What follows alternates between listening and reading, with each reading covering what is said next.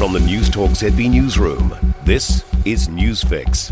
In this update, the Immigration Minister says new visas for parents of New Zealand citizens will bring us close to world standards. The Parent Boost visa will allow the parents of citizens multi-entry access for up to 5 years. There'll be health, insurance and income requirements.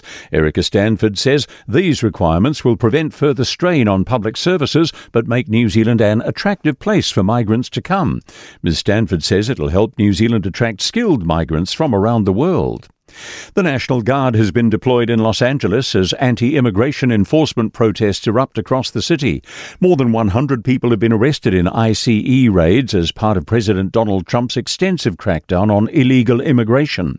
There's been mass protests in Los Angeles over the last 24 hours, with the National Guard trying to disperse protesters with tear gas.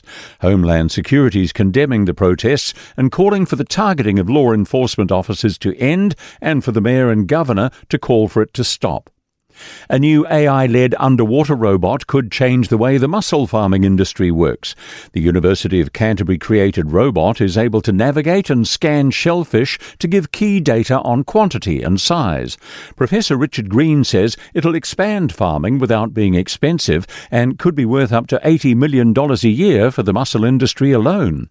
Professor Green says the device is able to replace multi-million-dollar boats and hours of labour used checking farms manually. We're really behind the eight ball in automating it, so this is an opportunity to begin that automation process. Sir David Attenborough's received royal praise for his latest film documentary, Ocean.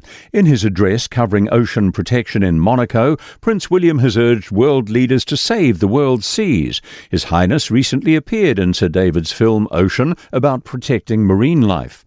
Sky's chief royal correspondent, Jack Royston, says it was Prince William's way of bringing global attention to the project and aligns the Prince's conservation ambitions with fans of Sir David. That's news.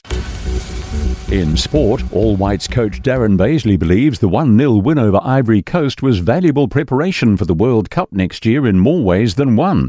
The Canadian Shield win over the reigning African champions came largely without usual skipper Chris Wood, who came on with only 10 minutes remaining.